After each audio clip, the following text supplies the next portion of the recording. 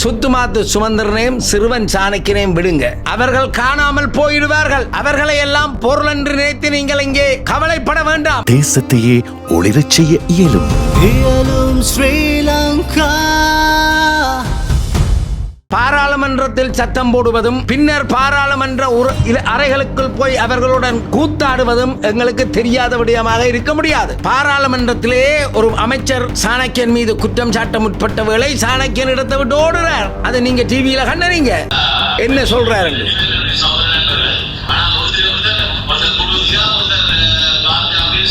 இந்த பார் லைசன்ஸுக்காகத்தான் இவர் போய் ஆதரவளிக்கிறார் என்றால், தம்பி ஸ்ரீதரன் கனவரிசமா சொன்னது என்ன? கிள்ளச்சிக்கு பார் இல்ல என்று. இப்ப என்ன செய்யிருக்கார்? பார்களை ரோட்ல கரடிப்போட் சந்தியில முன்னுக்கு பார். இங்க தம்பி அங்கேயன் ராமநாதன் தவற விட்டுட்டார். திருப்பன்ற வேலையே எடுத்துட்டார் தொண்டமான நகர். மற்றவை எல்லாம் பினாமியா விளையாட்டு காட்டி அவை இன்னொரு விளையாட்டை செய்து கொண்டிருக்கிறான். இந்த முறை அடக்குமுறைகளுக்கு எதிரான ஜனநாயக அமைப்பும் பிரஜைகள் ஆலோசனை சபையும் ஒட்டுமொத்த தமிழர்களின் எதிர்பார்ப்பாக இலங்கையில் வாழ்கின்ற தமிழ் மொழி பேசும் மக்களுடைய ஒட்டுமொத்த எதிர்பார்ப்பான தமிழ் பொது வேட்பாளருக்கு தனது ஆதரவை நல்கி நிற்கின்றது. நாங்கள் பொது கட்டமைப்பு கையெழுத்து போடவில்லை. எங்களுக்குள் சில அபிப்பிராய பேதங்கள் இருந்ததுண்டு. இதையெல்லாம் தாண்டி ஒட்டுமொத்த தமிழ் மக்களும் ஓரணியாக நின்று தமிழ் பொது வேட்பாளர்களுக்கு தங்களுடைய முழுமையான ஆதரவை வழங்கி உலகிற்கு நாங்கள் செய்தி சொல்ல வேண்டும். கடந்த முறை தேர்தலில் அண்ணன் சிவாஜிலிங்கம் சார்பில் நான் ஒருங்கிணைப்பாளராக செயலாற்றி இருந்தேன். கடந்த தேர்தலில் எலெக்ஷன் தேர்தல் திணைக்களம் விட்ட தவறுக்காக தேசப்பிரிய கூறியிருந்தார். ஒட்டுமொத்த தமிழ் மக்களிடம் தான் மன்னிப்பு கேட்பதாகவும் அல்லது தனது பதவியை தான் ராஜினாமா செய்து போவதாகவும் கூறியிருந்தார். இங்கே எழுதப்பட்டிருக்கின்றது, சிங்களத்திடம் ஏமாந்தது போதும், நமது தலைவிதியை நாமே எழுதுவோம். அண்ணன் சிவாஜிலிங்கம் தொடர்ச்சியாக பல தடவைகள் பொது வேட்பாளராக தமிழ் பொது வேட்பாளராக தலைமை தாங்கி ஜனாதிபதி தேர்தலில் களம் கண்டிருந்தவர். இன்றைக்கும் நண்பர் அரியநேந்திரனின் வேட்பாளராக நின்று போட்டியிடுகின்ற ஜனாதிபதி பொது வேட்பாளருக்கு அண்ணன் சிவாஜிலிங்கமும் தனது முழுமையான ஆதரவை நல்கி இருக்கின்றார். தமிழ் மொழி பேசுகின்ற முஸ்லிம் மக்களாக இருக்கட்டும், இஸ்லாமிய சகோதரர்களாக இருக்கட்டும், தமிழ் மொழி பேசுகின்ற இலங்கை நாட்டின் மூளை முடுக்கெல்லாம் வாழுகின்ற ஒவ்வொரு தமிழனும் அனைத்தையும் தாண்டி கட்சி பேதங்கள், மத பேதங்கள், பிரதேசவாதங்கள் அனைத்தையும் தாண்டி நாங்கள் இந்த தமிழ் பொது வேட்பாளருக்கு வாக்களித்து தமிழரின் உள்ள கிடக்கையை, வேதனையை தொடர்ச்சியாக 7 தசாப்தங்களாக சிங்கள தேசத்திடம் ஏமாந்து நிற்கின்ற அரசியல் வறுமையை வெளிக்கொணர வேண்டும். இதுக்காகத்தான் இந்த தமிழ் பொது வேட்பாளர் இன்றைக்கு களத்தில் நிற்கின்றார். இங்கே தமிழ் பொது வேட்பாளர் என்று சொல்லி வருகின்ற அனைவரும் சில வேளை சரியானவர்களாக கொஞ்சம் பேர் இருக்காமல் இருக்கலாம். ஆனால் அவர்களை எல்லாம் புறம் தள்ளுங்கள்.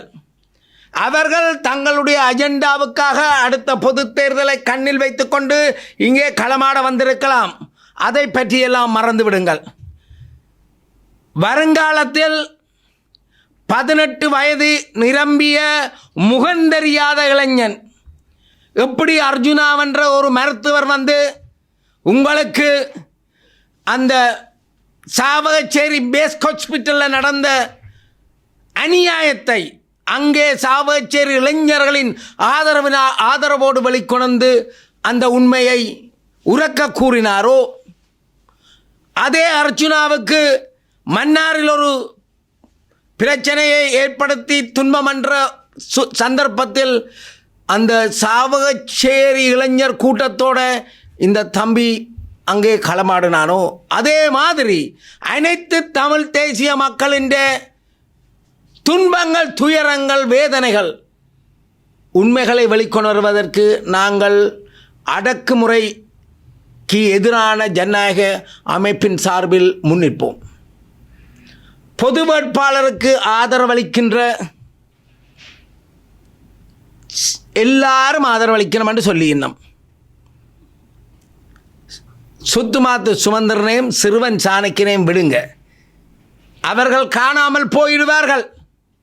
அவர்களை எல்லாம் பொருள் என்று நினைத்து நீங்கள் இங்கே கவலைப்பட வேண்டாம்.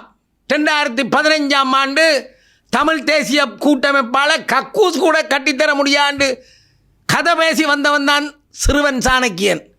அதன் பின்னர் தமிழ் மக்கள் அவருடைய பேரன் பூட்டென்ற நற்பெயருக்காக நம்பி தமிழ் தேசிய கூட்டமைப்புக்குள் வந்ததால் வாக்களித்து அவரை பாராளுமன்ற உறுப்பினராக அனுப்பி இருந்திருக்கின்றார்கள். சிறுவேளை மக்கள் மறு தீர்ப்பை கூட அடுத்த பாராளுமன்ற தேர்தலில் சொல்லலாம். அவருடைய நடவடிக்கைகள் ஒழுங்குபடுத்தப்பட வேண்டும். பாராளுமன்றத்தில் சத்தம் போடுவதும் பின்னர் பாராளுமன்ற அறைகளுக்குள் போய் அவர்களுடன் கூத்தாடுவதும் எங்களுக்கு தெரியாத விடயமாக இருக்க முடியாது. பாராளுமன்றத்திலே ஒரு அமைச்சர் சாணக்கியன் மீது குற்றம் சாட்ட முற்பட்ட வேளை சாணக்கியன் இடத்தை விட்டு ஓடுறார். அதை நீங்கள் டிவியில் கண்டறீங்க. ஆகவே இந்த நாடகங்கள் ராஜபக்ஷாக்களின் கனவுகளை, எதிர்பார்ப்புகளை, தமிழ் தேசியத்தில் இருக்கின்ற நல்லோர்களை, தமிழ் தேசியத்துக்காக வாழ்ந்து கொண்டிருக்கின்ற அமைப்புகளை சிதறடித்து அவர்களை இல்லாமல் ஆக்குகின்ற ஒரு கள்ள நோக்கங்களை சிறுவன் சாணக்கியன் வந்து நிறைவேற்றலாம் என்று கனவு காணக்கூடாது. நாங்கள் இன்று ஒட்டுமொத்தமாக இலங்கையில் வாழுகின்ற அனைத்து தமிழர்களையும், அனைத்து பேதங்களையும் தாண்டி மறந்திடுங்கள். அனைத்து சிங்கள தேச கட்சிகளையும் மறந்திடுங்கள். எங்களுடைய பாருங்க, பாயிஸ் முஸ்தபா சொல்றார், கட்சி தலைமைகள் சஜித் பிரேமதாசாவோடு இருக்கணுமாம், முழு எம்பிமாரும் இங்கே ரணில் விக்ரமசிங்காவோடு இருக்கணுமாம். இதெல்லாம் நீங்கள் புரிஞ்சு கொள்ளணும்.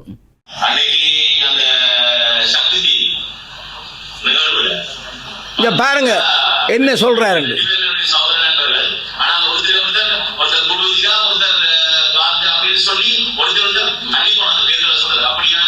ஒரு அநாகரிகமான ஒரு அரசியல் சிறு பூசுகின்ற நிகழ்வாக நான் பார்க்கிறேன். குறிப்பாக எனக்கு ஒரு தனிப்பட்ட ரீதியில ஒரு நடந்த ஒரு விடயத்தை நான் சொல்ல முடியும். என்னுடைய கட்சி செயலாளர், அதாவது சில பேர் சுதந்திர கட்சியுடைய செயலாளர், இன்னைக்கு தனிப்பட்ட ரீதியில என்னுடைய மக்களுக்காக நான் ஒரு தீர்மானத்தை தேர்தலுக்காக எடுத்து விட்டேன் என்ற அடிப்படையில் அவர் ஒரு மேடை, ஒரு அரசியல் மேடையில், அதாவது எதிர்கால ஜனாதிபதி வேட்பாளர் என்ற மேடையில் அவருடைய நோக்கம் என்ன நான் தான் ஸ்ரீலங்கா சுதந்திர கட்சியிலேயே தம்பி, உங்களுக்கு தெரியுமோ இல்லையோ, கைச்சின்னத்துல போட்டிட்டு வேண்ட ஒரே உறுப்பினர் யார் மாவட்டத்தில் அதிகமான அது யார் மாவட்டத்தில் இருக்கும், இலங்கையிலே கையில போட்டிட்டு வேண்ட ஒரே உறுப்பினர். அப்ப ஸ்ரீலங்கா சுதந்திர கட்சி எங்க போனேன்னு கேட்டா நான் போனதுதான் ஸ்ரீலங்கா சுதந்திர கட்சி போனேன். அப்ப செயலாளருடைய தேவையாக இருந்தது என்னை கொண்டு போய் ஒரு இடத்துல செய்கிறது. அப்ப சேராத பட்சத்துல என்னத்தை சொல்லலாம்? அப்ப சொல்லிங்க ஆதாரத்தோட சொன்னா அதுக்கான கதையை சொல்லணும். ஆனா இல்லாத பட்சத்துல இதுக்கு நாங்க பதில் சொல்லி கொடுத்தா அவர்கள் செய்கிற அதே நிலைமைக்கு எங்களையும் மறக்கிறதுக்கான ஒரு வேலை திட்டமா தான் இருக்கும். நீங்க கேட்ட அப்டேட்ன்ற விஷயத்த எனக்கு விளங்கல. நான் இங்க அப்டேட் கொடுக்குறது அதை பற்றி எங்களுக்கு வசிப்பு அப்டேட் கொடுக்கல. அது ஜஸ்ட் இன்ஃபர்மேஷன் பாத்தீங்களா? அவர் சொல்றார் இலங்கையில் அதுவும் வட மாகாணத்தில் அதுவும் ஆக கூடுதலான வாக்கு பெற்று இடியப்ப சட்டிகளை 5000 10,000 50,000 கொடுத்து கூடுதலாக வாக்கு பெற்ற ஒரு ஆள். அப்போ ஒரு சிங்கள தேச கட்சி இந்த ஸ்ரீலங்கா சுதந்திர கட்சி செய்த கொடுமைகள், தமிழ் மக்கள் மீது கட்டவிழ்த்து விடப்பட்ட துன்ப துயரங்கள் இன்னும் அடங்காது. அதை பற்றி நாங்கள் கதைக்க வரையில்லை. ஆனால் இந்த ஸ்ரீலங்கா சொந்த கட்சி அதுவும் யாழ் மாவட்டத்தில் தான் வென்றதென்று வீராப்பு பேசுகிறார். இதே அங்கே ராமநாதன் என்னத்துக்காக யுஎன்பிக்கு ஆதரவளிக்கிறார் என்று தயாசிரி என்ன சொல்கிறார் சஜித் என்ற மேடையில்? பார் லைசன்ஸுக்காக. இந்த பார் லைசன்ஸுக்காகத்தான் இவர் போய் ஆதரவளிக்கிறார் என்றால் இங்கே ஜனாதிபதியை சரியில்லை, எங்களை கூப்பிட்டுட்டார், எங்களோட தனித்தனி கட்சியாக கூப்பிட்டுட்டார் அன்று சொல்லி கூப்பிடாத ஜனநாயக போராளிகள் கட்சியையும் கூட்டிக் கொண்டு போய் சந்திக்கிற எங்களோட சொந்தங்களும் என்னவோ அவர்கள் தங்களுடைய பேரில் வேண்டாட்டாலும் வேறு யாருடைய பேர்லையாவது வாங்கி ஏகப்பட்ட கோடிகளை கையகப்படுத்தினோம். ஆகவே இனிமேல் 18 வயது நிரம்பிய முகந்தெரியாத அந்த தமிழ் இளைஞன் தான் எங்களுக்கு அரசியல் செய்யணும். தூய்மையான நேர்மையான புனிதமான ஜாகத்தில் அந்த இளைஞர்களைத்தான் நாங்கள் கொண்டு வரணும். இங்கே பாருங்கள், இது commissioner of general of excise 353 Kottai road Sri Jayawardenepura அண்டத்தில் லெட்டர் வந்திருக்குது.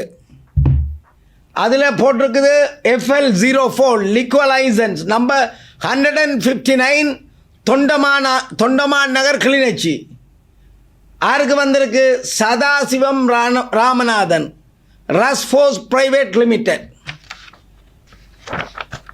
பிரஜைகள் ஆலோசனை சபைக்கு சபை ஏகப்பட்ட ரைட் ஆஃப் இன்ஃபர்மேஷனில் ஏகப்பட்ட விடயங்களை இந்த இது சம்பந்தமான எக்ஸைஸ் பிரிவிடம் கேட்டிருக்குது. இந்த யார் கையெழுத்து வச்சிருக்கார்? சதாசிவம் ராமநாதன். போயும் தம்பி அங்கே எனக்கு விஷயம் விளங்காமல் வாயை கொடுத்து புண்ணாக்கி போட்டார். அதாவது எல்லாரும் வேறு யாற்றியோ பேரில் பினாமின்ற பேரில் கொடுத்து 3 கோடி 5 கோடி என்று கையகப்படுத்தி போட்டு எங்களுக்கு ஒன்றும் இல்லைன்னு தட்டி போட்டு போகிறார். தம்பி ஸ்ரீதரன் கனவரிசமாக சொன்னது என்ன? கிளிநொச்சிக்கு பார் இல்லை என்று. ஐயோ, 2500 3000 ரூபா உழைச்சி கொண்டு போகிற எங்களோட மலைய சொந்தங்கள் அங்கே கூட அப்படி இருக்கணும். என்ன பண்ணாலும் வறுமப்பட்ட கஷ்டப்பட்ட சனம் அந்த காசோட மனுஷிட்ட போனால் அவள் பாவம் சோத்தையும் சமைச்சு அடுத்த நாளும் சோறு சமைக்கிறதுக்கு ஏதாவது செய்யலாம். இப்போ என்ன செய்யிருக்கார்? பார்களை ரோட்டில் கரடிப்போட் சந்தியில் முன்னுக்கு பார் இருக்குது. அப்போ என்ன செய்வான்? 2500 முடிச்சு போட்டு மனுஷிக்கு போட்டு அடி என்று அடித்து அங்கே பிள்ளைகளுக்கும் சாப்பாடு இல்லை, வாழ்க்கையே சோகமயம். இங்கே தம்பி அங்கேயன் ராமநாதன் தவற விட்டுட்டார், திருப்பன்ற வேலையே எடுத்துட்டார் தொண்டமான் நகரில். மற்றவையெல்லாம் பினாமியா விளையாட்டு காட்டி அவை இன்னொரு விளையாட்டை செய்து கொண்டிருக்கிறான். இதுக்கெல்லாம் முடிவு வேணுமெண்டா என்ன செய்யணும்? முகம் தெரியாத இளைஞர்களை எப்படி நீங்கள் 18 வயசு இளைஞர்களை நீங்கள் சொல்லி போய் உங்களுக்கு ஆயுதம் தூக்கி போராடினவை இல்லையே. அதே மாதிரி இளைஞர்கள் முன்வர வேணும், அவர்கள் அரசியல் செய்ய வேணும். அங்கே தான் நாங்கள் நேர்மையை காணலாம், அங்கே தான் நாங்கள் புனிதத்தை காணலாம். அப்போ தான் எங்களுக்கு விடுதலை கிடைக்கும்.